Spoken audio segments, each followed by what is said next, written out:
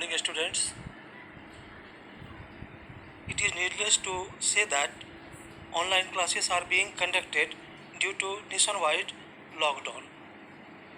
After going through determiners and tenses in grammar, let us take up literature textbook Beehive today. We will take up another textbook entitled Moments next day. Today's topic is the poem The Road Not Taken by Robert Frost from the poetry section of the textbook Beehive. At first, I should tell you a little about the poet.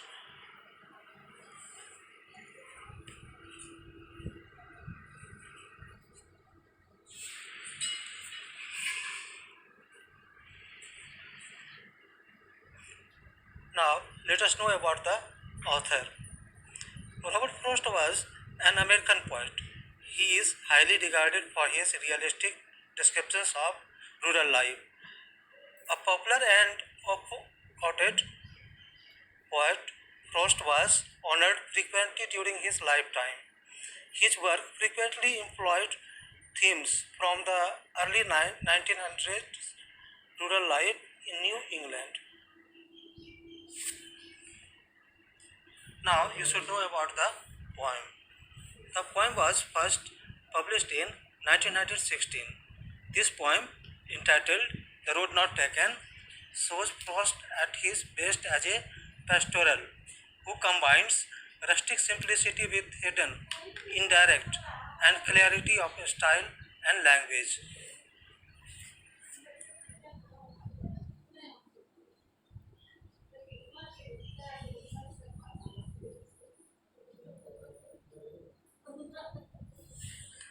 Now let us discuss title of the poem.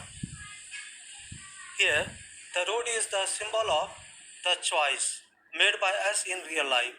Many times we regret the choice we make, but what is done once can't be undone.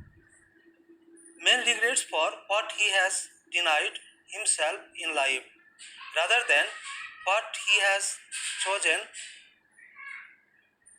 Hence, the poet has given his poem the title The Road Not Taken. Now I will explain the poem stanza wise. First stanza. Two roads diverged in a yellow wood, and sorry, I could not travel both, and be one traveler. Long I stood, and looked on one as far as I could, to where it bent in the undergrowth.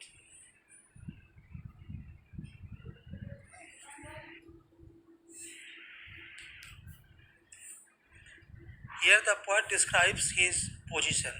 He has been out walking in the woods and comes in between the diversion of two roads. He stands there looking as far down each one as he can see. He would like to try out both, but doubts he could do that. Therefore, he continues to look down the roads for a long time, trying to make his decision about which road to take.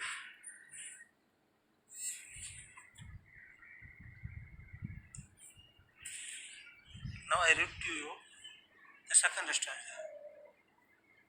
Then took the other as fair, and having perhaps the better claim, because it was grassy and wanted beer.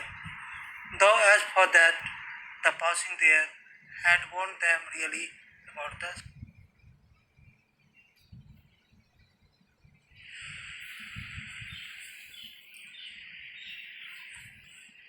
This stanza tells us that the poet looked on the first one to where it bent in the undergrowth, and then the second one, and he decided to take the other path because it seemed to have less traveled than the first. But then he goes on to say that they actually were very similarly worded. The second one that he took seems less traveled, but as he thinks about it, he realizes that they were really about the same. Not exactly the same, but only about the same.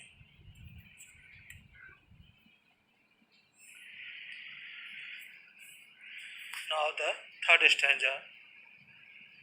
And both that morning equally lay in lips no step had trodden black. Oh, I kept the first for another day, yet knowing how way leads on to way, I doubted if I should ever come back.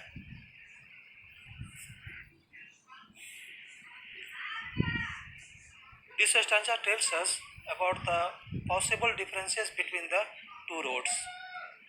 He had noticed that the leaves were both ways fallen on them, both, and had not been walked on. But then again claims that maybe he would come back and also walk the first one sometimes.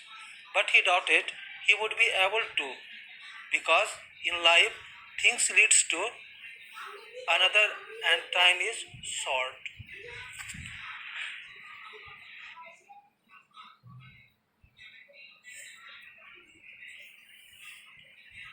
Now let us take up the fourth stanza.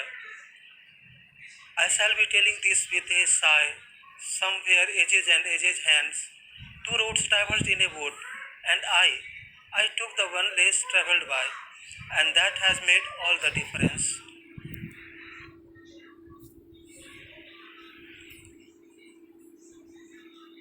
This concluding stanza tells us about the word difference. In this poem, the word difference is taken as in a positive way, but there is nothing in the poem that suggests that this difference signals a positive outcome. The speaker, that is poet, could not offer such information because he has not lived the difference yet. Here the poet seems to be sighing in regret for what he has become.